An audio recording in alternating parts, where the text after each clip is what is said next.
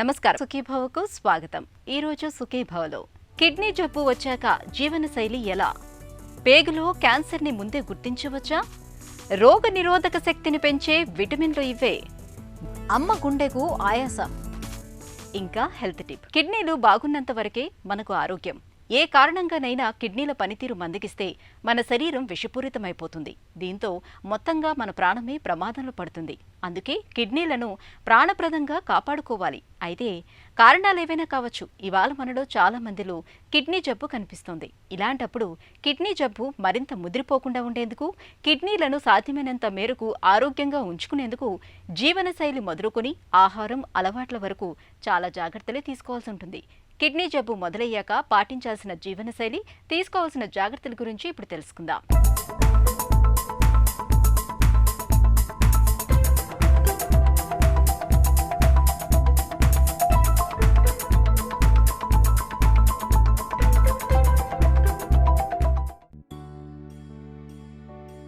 మన శరీరంలో కిడ్నీల పాత్ర అమోఘం. శరీరంలో ఉండే 2 కిడ్నీలు ప్రతిరోజు దాదాపు 200 లీటర్ల రక్తాన్ని శుద్ధి చేస్తూ ఉంటాయి. ఇవి నిరంతరాయంగా పనిచేస్తూనే ఉంటాయి.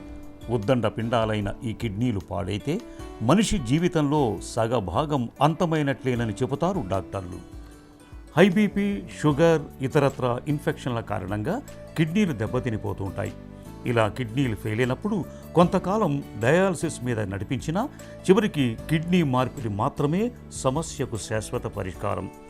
అయితే కిడ్నీలు దెబ్బతినిపోవటం అనేది ఉన్నట్టుండి ఒక్కసారిగా ప్రమాదంలా ముంచుకురాదు. మెల్లగా మొదలై ఆపై క్రమేపీ కిడ్నీల పనితీరు దెబ్బతినిపోవటం జరుగుతుంది. కిడ్నీలు దెబ్బతినటం మొదలయ్యాక జబ్బుని పూర్తిగా నయం చేయటం కష్టమే గాని అది ఇంకా ముదరకుండా, కిడ్నీలు మరింతగా దెబ్బతినకుండా చూసుకోవచ్చు. అప్పటిదాకా ఆరోగ్యం పట్ల చాలామంది పిల్లలకి కానీ మధ్య వయసు వాళ్ళకి కానీ పెద్ద అవగాహన ఏముండదు. ఎందుకంటే దాదాపు అందరూ మేము చాలా ఆరోగ్యంగా ఉన్నాము, మాకు ఎటువంటి జబ్బులు లేవు అనుకొని తిరుగుతూ ఉంటారు. ఒక డాక్టర్ దగ్గర పరీక్ష చేయించుకోవాలనుకున్నా కూడా చిన్న చితక జబ్బులకి వాళ్ళ ఇంట్లో వైద్యం తీసుకుంటారు, తెలిసిన వాళ్ళు చెప్పిన మందులు వేసుకుంటారు తప్ప ఒక డాక్టర్ దగ్గరికి వెళ్ళి సంవత్సరానికి ఒక్కసారి పూర్తిగా పరీక్షలు చేసుకోవాలనుకోరు. కాబట్టి దాదాపుగా కిడ్నీ జబ్బులు లాంటి జబ్బులు చాలా నిశ్శబ్దంగా ఉంటూ చాలా ఆలస్యంగా గుర్తించబడతాయి. అందుచేత వాళ్ళకి చాలా తక్కువ కాలమే ఉంటుంది వాళ్ళ అలవాట్లను మార్చుకోవడానికి. సో కాబట్టి ఎప్పుడైతే కిడ్నీ జబ్బు వచ్చిందో మేము చెప్తామో వాళ్ళ జీవన శైలిలో చాలా మార్పులు తీసుకురావాల్సిన అవసరం ఉంటుంది. అది ఒకేసారిగా ఉన్నపళంగా తెచ్చుకోవడం కాకపోయినా మీ కిడ్నీ జబ్బుకి, మీ డయాలసిస్కి లేదా మీ కిడ్నీ ఫెయిల్ అయిన తర్వాత మీరు చేసుకోవాలనుకున్న ట్రాన్స్ప్లాంటేషన్కి ఎంత దూరము, ఎంత వ్యవధి ఉంది తెలుసుకొని తదనుగుణంగా మీరు అలవాట్లు మార్చుకోవడం చాలా వరకు మంచిది. ఉదాహరణకు ఒక ఆహారంలో చూసుకుందాం. ఒక పిల్లలకి చాలా వరకు ఈ మధ్యకాలంలో నాన్ వెజిటేరియన్ డైట్ బాగా తీసుకోవడము అని ఒక అలవాటుగా ఉంటుంది. సో కాబట్టి ఉన్నపళంగా నీ కిడ్నీ బాగలేదు కాబట్టి నువ్వు కిడ్నీ నాన్ వెజిటేరియన్ కొంచెం తగ్గించుకో, ఇప్పుడు ఎక్కువ వెజిటేరియన్గా ఉండు, ఒక predominantly you should be A vegetarian అని చాలామంది చెప్తూ ఉంటాను. అలా చెప్పినప్పుడు వాళ్ళకి ఉన్న అలవాటు రోజు నాన్ వెజ్ తింటే కానీ వాళ్ళకి ఆకలి వాళ్ళకి ఒక పద్ధతిగా సాగదు. అటువంటిది వీళ్ళకి ఉన్నపళంగా మానేయాలని సరికల్లా వాళ్ళకి చాలా కష్టంగా ఉంటుంది.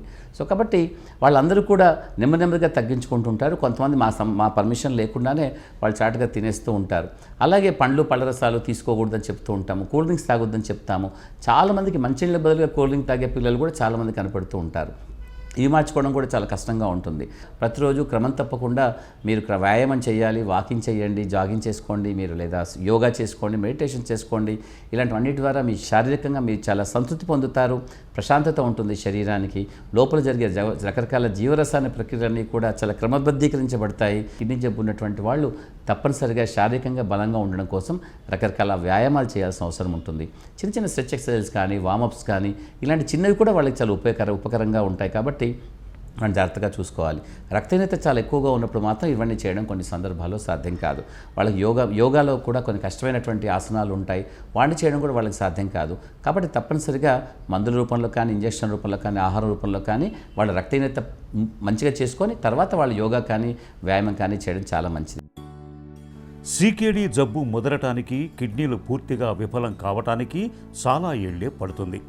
కిడ్నీ వ్యాధి ఆరంభమైందని నిర్ధారణ అయితే ఏసీఈ ఇన్హిబిటార్, ఏఆర్బి రకం మందులు సిఫార్సు చేస్తారు. ఇవి ఐబీపీని, కిడ్నీ జబ్బుని రెంటిని నియంత్రించుకోవటానికి ఉపకరిస్తాయి. కొలెస్ట్రాల్ను అదుపులో ఉంచుకునేందుకు స్టాటిన్స్ తరహా మందుల్ని వాడాల్సి ఉంటుంది. ఇక బరువు ఎక్కువగా ఉన్నప్పుడు బరువు తగ్గటంతో పాటు మెట్ఫార్మిన్ తరహా మందులు వాడుకుంటే అది కిడ్నీ వ్యాధిని కూడా నివారిస్తుంది. పొగ, మద్యం నేరుగా కిడ్నీలను దెబ్బతీస్తాయి. వాటికి దూరంగా ఉండాలి. మాంసకృత్తుల్ని తక్కువగా తీసుకోవాలి. ఒమేగా 3 ఫ్యాటీ ఆమ్లాలు, యాంటీ ఆక్సిడెంట్ పోషకాలు, విటమిన్ సి, విటమిన్ ఇ లభించే ఆహారాలను ఎక్కువగా తీసుకోవాలి. ఉప్పును పూర్తిగా మానుకోవటం మంచిది. రోజు కొద్దిపాటి వ్యాయామం, బీపీ, మధుమేహాలను అదుపులో ఉంచుకోవటం, గుండె, మెదడు జబ్బుల వంటి ఇతర వ్యాధుల మీద ఓ కన్నేసి ఉంచాలి. వెజిటేరియన్ డైట్ అన్నది కిడ్నీ జబ్బు ఉన్నటువంటి వాళ్ళకి చాలా వరకు మంచిది. కాబట్టి తప్పనిసరిగా వెజిటేరియన్ ప్రోటీన్ తీసుకోవాలి.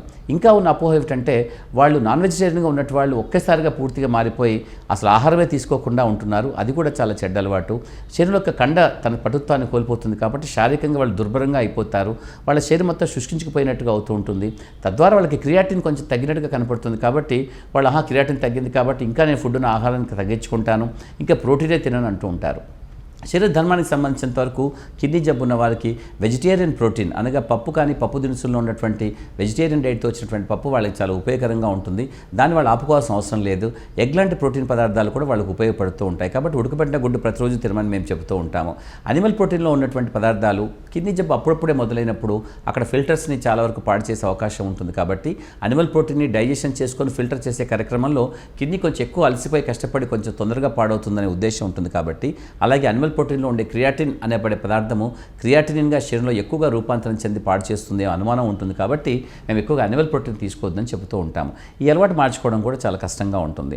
ఇంకో ప్రధానమైనటువంటి సమస్య వాళ్ళకున్నటువంటి చిన్న చిన్న అలవాట్లు. చాలా ఆలస్యంగా నిద్రపోవడము, పొద్దు చాలా ఆలస్యంగా లేవడము, నిద్ర యొక్క నిడివి బాగా తగ్గించుకోవడము, చాలా కొద్దిగా 5-6 గంటలు మాత్రమే పడుకోవడము, 3-4 గంటలు పడుకోవడము, రాత్రంతా కూడా నా కిడ్నీ ఎందుకు వచ్చింది, ఎలా వచ్చింది, ఎలా దాన్ని తప్పించుకోవాలి, ఇంకేమైనా మధ్య మార్గాలు ఉంటాయా, ఇంకా చిత్తమైన మార్గాలు ఏమైనా వస్తాయా అని చెప్పి వాళ్ళు ఆలోచిస్తూ కష్టపెడుతూ ఉంటారు.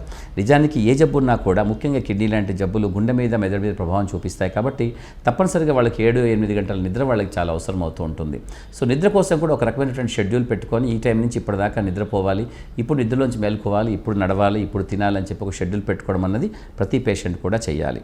చాలామంది 15 రోజులుగా నేను మందులు వేసుకోలేదు, నెల రోజులుగా మర్చిపోయాను, కుదరలేదు, నేను వేరే చాలా దూరంగా ఉన్నాను, ఊరికి వెళ్ళాను, అక్కడ ఈ మందులు దొరకలేదనే గమ్మత్తైన సమాధానాలు చెప్తూ ఉంటారు. ఒక 15 రోజులు మందులు మానేశారా శరీరం పూర్తిగా దుర్బలం అయిపోయే అవకాశం, తొందరగా పాడైపోయి వాళ్ళు కుచించుకుపోయే శరీరం వచ్చేటట్టుగా వాళ్ళు చాలామంది మేము చూస్తుంటాం. కాబట్టి సమశిక్షణగా తప్పనిసరిగా మందులు సమయపాలన పాటించి మందులు వేసుకోవడం అని కూడా వాళ్ళ జీవితంలో తెచ్చుకోవాల్సిన ఇంకొక ప్రధానమైనటువంటిది.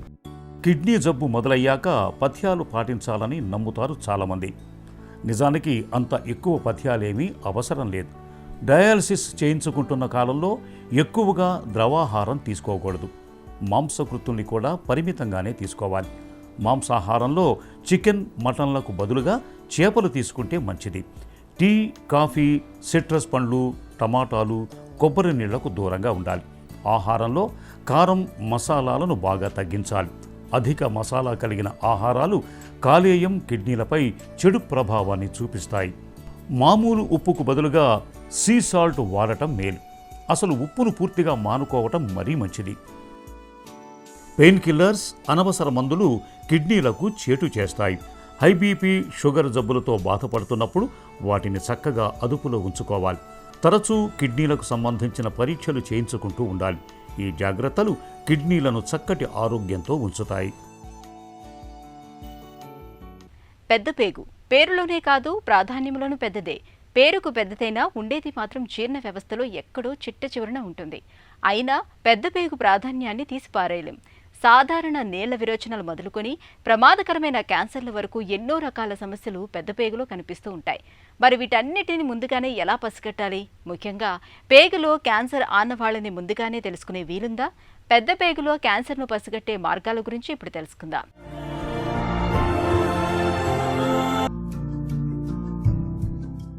పెద్ద పేగులో కనిపించే ఉండాలి. వ్యాధి నిరోధక యంత్రాంగం సమర్థవంతంగా చక్కగా పనిచేస్తూ ఉంటేనే మన ఆరోగ్యం దివ్యంగా బేషుగ్గా ఉంటుంది. అయితే ఇందుకు ఆహారపరంగా కొన్ని జాగ్రత్తలు తీసుకోవాలి. రోజువారీ ఆహారంలో కొన్ని రకాల విటమిన్లు లభించే పదార్థాలను ఎక్కువగా తీసుకోవాలని చెబుతారు నిపుణులు. రోగ నిరోధక శక్తిని పెంచే విటమిన్లు, అవి లభించే ఆహారాల గురించి ఇప్పుడు తెలుసుకుందాం.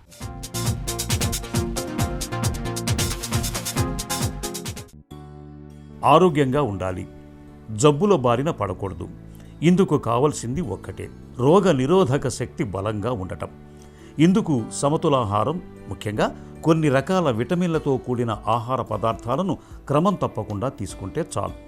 ఇమ్యూనిటీకి అవసరమైన వాటిలో ముందుగా విటమిన్ సి గురించి చెప్పుకోవాలి. రోగ నిరోధక వ్యవస్థను బలోపేతం చేసే పోషకాల్లో విటమిన్ సి చాలా ముఖ్యమైంది. ఇది లోపిస్తే జబ్బులు, ఇన్ఫెక్షన్ల ముప్పు ఎక్కువ అవుతుంది. నారింజ, బత్తాయి, స్ట్రాబెర్రీ, పాలకూర, గోబీ పువ్వు, బొప్పాయి, పైనాపిల్, మామిడి పండు వంటి వాటిల్లో విటమిన్ సి దండిగా ఉంటుంది. ఇది శరీరంలో నిల్వ ఉండే విటమిన్ కాదు, అందువల్ల దీన్ని రోజూ తీసుకోవాల్సిందే. అలాగే విటమిన్ బి6 కూడా మన రోగ నిరోధక శక్తికి చాలా అవసరం. రోగ నిరోధక వ్యవస్థకు సంబంధించిన జీవ రసాయనిక ప్రతిచర్యల్లో విటమిన్ బి6 కీలక పాత్ర పోషిస్తుంది. సాల్మన్, టూనా వంటి చేపలు, చికెన్, కాబూలీ శనగలు, గుడ్లు, పొద్దుతిరుగుడు గింజలు, పిస్తా, పాలకూర, అవకాడోలతో విటమిన్ బి6 బాగా లభిస్తుంది. ఇక ఇమ్యూనిటీని పెంపొందించటంలో విటమిన్ ఇ కూడా కీలకమైందే. అంతేకాదు, ఇది శక్తివంతమైన యాంటీ ఆక్సిడెంట్. ఇన్ఫెక్షన్లతో పోరాడటంలో శరీరానికి తోడ్పడుతుంది. బాదం, జీడిపప్పు, వేరుశెనగ వంటి గింజపప్పులు, విత్తనాలు, పాలకూరలో విటమిన్ ఇ ఎక్కువగా ఉంటుంది. కొందరు విటమిన్లను మాత్రల రూపంలో తీసుకుంటే సరిపోతుందని భావిస్తూ ఉంటారు, కానీ అది సరైంది కాదు. ఆహారం ద్వారా లభించే విటమిన్లనే శరీరం బాగా గ్రహిస్తుంది. పైగా ఇలాంటి విటమిన్లతో కూడిన ఆహారాన్ని క్రమం తప్పకుండా తీసుకోవాలి. కొందరు ఒకేసారి 4 బత్తాయి పండ్లు తినేసి మళ్ళీ వారం 10 రోజుల దాకా వాటి వైపు చూడరు. ఇలాంటి పద్ధతి మంచిది కాదు. విటమిన్లు, పోషకాలతో నిండిన రకరకాల రంగుల పదార్థాలను, పండ్లను రోజు ఆహారంలో భాగం చేసుకుంటే రోగ నిరోధక శక్తి పెంపొందుతుంది. జలుబు, ఫ్లూ వంటి జబ్బులు దరిచేరవు.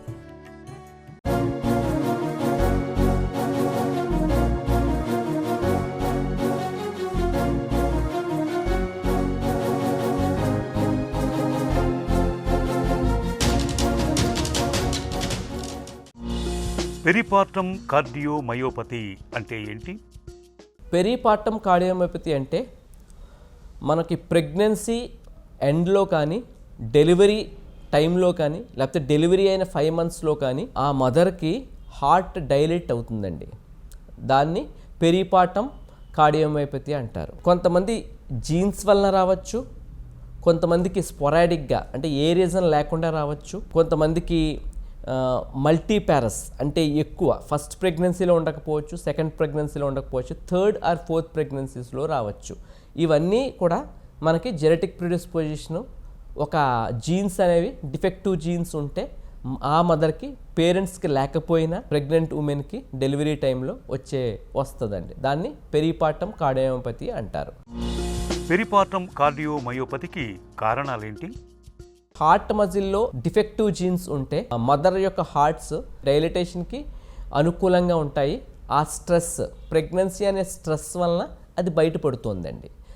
సో అది డిఫెక్టివ్ జీన్స్ ఒకటి, ప్లస్ మల్టీపారస్ ఇది ఉండాలి కంపల్సరీ. డిఫెక్టివ్ జీన్స్ బ్యాక్గ్రౌండ్తో ఫస్ట్ ప్రెగ్నెన్సీలో మిస్ అయినా, సెకండ్ ప్రెగ్నెన్సీలో మిస్ అయినా, థర్డ్ ప్రెగ్నెన్సీ, ఫోర్త్ ప్రెగ్నెన్సీలో అది బయటపడచ్చు. ప్రెగ్నెన్సీలోనే ఎందుకు భయపడుతుంది అంటే, ఒక ఉమెన్కి ప్రెగ్నెన్సీ అనేది ఒక స్ట్రెస్ టెస్ట్. ఆ టైంలో ఏ టైంలో అయినా సరే, especially during the end of the pregnancy or at the time of delivery, the heart gives away and leads to dilated cardiomyopathy. Peripartum కార్డియోమయోపతిని ఎలా అనుమానించాలి? హార్ట్ ఫెయిల్యూర్ సిమ్టమ్స్ ఉంటాయండి. అంటే మోస్ట్ కామన్ సిమ్టమ్ ఏంటంటే ఆయాసం. కూర్చున్నప్పుడు కానీ, చిన్న పని చేసినప్పుడు కానీ ఆయాసం వస్తే అది మనం కార్డియోమయోపతి, ఎస్పెషల్లీ ప్రెగ్నెన్సీ డెలివరీ అవుతున్నప్పుడు కానీ, డెలివరీ అయినాక ఫస్ట్ 5 or 6 monthsలో కానీ ఏ మదర్ అయినా ఆయాసం ఫీల్ అవుతుంది అంటే వెంటనే మనం ఈసీజీ అండ్ 2D ఎకోని చేయించుకొని డైలేటెడ్ ఈ పెరిపార్టమ్ కార్డియోమయోపతి అనేది మనం రూల్ అవుట్ చేసుకోవాలండి. ఇంకా దాంతోపాటు మనకి చెస్ట్ పెయిన్ ఉండొచ్చు, గుండె దడగా ఉండొచ్చు, నీరు పట్టచ్చు. సో ఇవన్నీ కూడా చాలామంది ఇవి ప్రెగ్నెన్సీలో ఉండే సిమ్టమ్సే, డెలివరీలో ఉండే సిమ్టమ్సే అని చెప్పి దాన్ని ఇగ్నోర్ చేసేసి ఇంకా మోర్ డేంజరస్ స్టేట్లోకి పంపిస్తారు. ఎందుకంటే మనం కరెక్ట్గా డయాగ్నోస్ చేసి కరెక్ట్గా ట్రీట్మెంట్ తీసుకుంటే ఇది మనం 3 నెలల నుంచి 12 నెలల్లో 100% కొంతమందిలోనైనా రివర్స్ చేయగలం. పెరిపార్టం కార్డియోమయోపతి ప్రమాదకరమా? డైలేటెడ్ కార్డియోపతి అనేది చాలా ప్రమాదకరం అండి. ఎందుకంటే మనకి ఎప్పుడైతే హార్ట్ ఫెయిల్యూర్లోకి వెళ్ళిందో నెమ్మదిగా హార్ట్ ఎల్వి ఫంక్షన్ తగ్గుతూ ఉంటుంది. <45 ఉన్నది కాస్త మనం ఏమి ట్రీట్మెంట్ లేకుండా ఏముందరే ఇలా అలాగా మనం చిన్న మందులు చిన్న డాక్టర్స్ని కలిసి ట్రీట్మెంట్ తీసుకుంటే ఆ 45 కాస్త 35 అవుద్ది, 35 కాస్త 20 అవుతుంది. చివరికి heart sudden cardiac death and cardiac arrest అంటారు, ఆ స్టేజ్లో ల్యాండ్ అవుతుంది. సో వెంటనే కార్డియాలజిస్ట్ని ఫిజిషియన్ని కలిసి వెంటనే మనం ట్రీట్మెంట్ స్టార్ట్ చేస్తే 100% 3 to 12 monthsలోనే కంప్లీట్ రికవరీ అయ్యే డిసీజ్. పెరిపార్టం కార్డియోమయోపతిని ఎలా నిర్ధారిస్తారు? 2D ఎకో అనేది చేయిస్తామండి. 2D ఎకోలో కనుక మనకి లోపల ఏమైనా కవాటాలు అంటే వాల్యులార్ డిసీజెస్ ఏమీ లేవు, హార్ట్ మజిల్ యొక్క ఇన్ఫ్లమేషన్ ఇలాంటి కండిషన్స్ ఏమీ లేవు, ఎజెక్షన్ ఫ్రాక్షన్ <45% ఉంది, సిమ్టమ్స్ ఉన్నాయి, ప్రెగ్నెన్సీ టైంలో వచ్చే డెలివరీ టైంలో వచ్చే ఈ ఆయాసం ఈ చెస్ట్ పెయిన్ ఇవన్నీ ఉన్నాయి అంటే the diagnosis of peripartum cardiomyopathy is made. Diagnosis అలా మనం పెడతామండి. Second thing is ECG. ECG peripartum కార్డియోమయోపతిలో non specific symptoms sinus tachycardia ఇవన్నీ చూపిస్తుంది. పల్మనరీ థ్రాంబోఎంబోలిజంలో ఉన్న కొన్ని క్యారెక్టరిస్టిక్ ఈసీజీ ఫైండింగ్స్ని చూపించి అది పల్మనరీ థ్రాంబోఎంబోలిజమా పెరిపార్టం కార్డియోమయోపతి అని మనం డిఫరెన్షియేట్ చేయొచ్చు. బ్లడ్ టెస్టులు తీసుకున్నట్టయితే యాంటీప్రోబిఎన్పి అండి, ఇది కూడా హార్ట్ డిస్ఫంక్షన్లోకి వెళ్ళింది కనుక హార్ట్లో ఉండే ఒక ప్రోటీన్ దాన్ని ప్రోబిఎన్పి అంటారు, బ్రెయిన్ నాట్రియూరెటిక్ పెప్టైడ్, దాని లెవెల్స్ బ్లడ్లో పెరుగుతాయి. సో ఇవన్నీ పెరగడం వల్ల మనం డైలేటెడ్ కార్డియోపతి ఆర్ పెరిపార్టం కార్డియోపతి అని డయాగ్నోసిస్ చేస్తాం. పెరిపార్టం కార్డియోమయోపతికి చికిత్స ఎలా ఉంటుంది? ఒకసారి డెలివరీ అయిపోయాక బిడ్డ బయటకు వచ్చాక మనం ట్రీట్మెంట్ ఇచ్చుకోవచ్చు. బిడ్డ లోపల ఉన్నప్పుడే ఇవన్నీ ఉంటే మనం ఏస్ ఇన్హిబిటార్స్ అని, ఏఆర్బీస్ అని, ఆర్నీస్ అని అండ్ స్పిరనోలాక్టోన్ ఈ డ్రగ్స్ అన్నీ కూడా మనం అవాయిడ్ చేయాల్సి ఉంటుంది.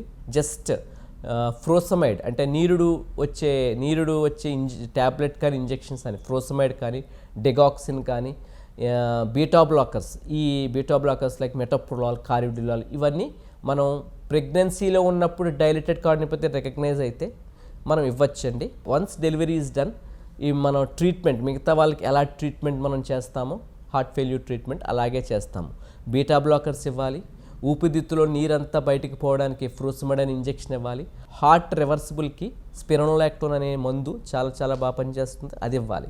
These are the 3 prongs of heart failure treatment and also peripartum cardiopathy. And the 4th prong angiotensin receptor neprilysin inhibitor, ARNIs అంటారు. By trade names they go by trade names like Vymada or ఆర్నే. So they are very useful drugs that this has very promising results in completely reversing peripartum cardiomyopathy. Sacubitril valsartan అంటారు. ఈ drug కనుక మనం creatinine, serum potassium levels తరోగా check చేసుకుంటూ విమెన్కి పెట్టినట్టయితే నేను చెప్పిన విధంగా ఆ 3 to 12 monthsలో ఆ రివర్సల్ అనేది కొంచెం ఫాస్ట్గా అవుతుందండి. పెరిపార్టం కార్డియోమయోపతిని నివారించుకోవచ్చా?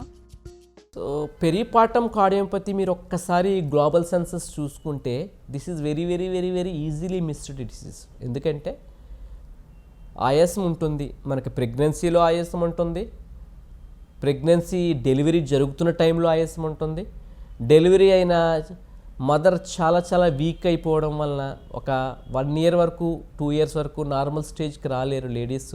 సో ఎప్పుడైతే పేషెంట్కి ఆయాసం వచ్చిందో చాలామంది ఇప్పుడు చాలా అవేర్నెస్ పెరిగిందండి. Every delivery women will come to me asking for an echo. They themselves are coming to me asking for an echo. మనం ఎకో చేసి రికగ్నైజ్ చేసిన కేసులు ఉన్నాయి. నార్మల్గా ఉందండి, it is not పెరిపార్టం cardiopathy, you can ignore this breathlessness అని చెప్పిన cases కూడా చాలా ఉన్నాయి. బట్ మెజారిటీ ప్రెగ్నెన్సీ వచ్చి వాళ్ళంతటికి వాళ్ళు ఆయాసపడుతూ మన దగ్గరికి వచ్చారు అంటే పెరిపార్టం కార్డియోపతి అనేది మేము చాలాసార్లు రికగ్నైజ్ చేసాం. సో ఎలా రికగ్నైజ్ చేస్తారంటే ఎప్పుడైతే డెలివరీ అయిందో డెలివరీలో ఆయాసం కామను, చెస్ట్ పెయిన్ కామను, బాడీలో వీక్నెస్ కామన్ అని అనుకోకుండా మీకు ఏమాత్రం ఆయాసంగా అనిపించినా, ముందు ఎప్పుడూ లేదు, ప్రెగ్నెన్సీ ముందు మీకు అసలు ఆయాసమే లేదు, సడన్గా అయ్యాక ఆయాసంగా అనిపించిన, బాగా వీక్నెస్గా ఉన్న ఒక కార్డియాలజిస్ట్ని కలవండి, ఒక ఈసీజీ 2D ఎకో చేసుకోండి. ఇవి పెద్ద కాస్ట్లీ టెస్టులు కూడా కాదు. ఈ 100 రూపాయలు 1000 రూపాయల టెస్టులు మీ జీవితాన్ని నిలుపుతాయి, సిమ్టమ్స్ లేని జీవితాన్ని తిరిగి ప్రసాదిస్తాయి. ఇక ఈరోజు కార్యక్రమాన్ని ముగించే ముందు ఒక చిన్న చిట్కా మీకోసం. తలలో జుట్టంతా పెచ్చులుగా రాలిపోతున్నప్పుడు మందార పూలను కొబ్బరి నూనెలో బాగా మరగకాచి చల్లార్చండి. ఈ నూనెను నిత్యం తలకు పట్టిస్తూ ఉంటే జుట్టు రాలడం క్రమంగా తగ్గుతుంది, జుట్టు కూడా బాగా ఒత్తుగా పెరుగుతుంది.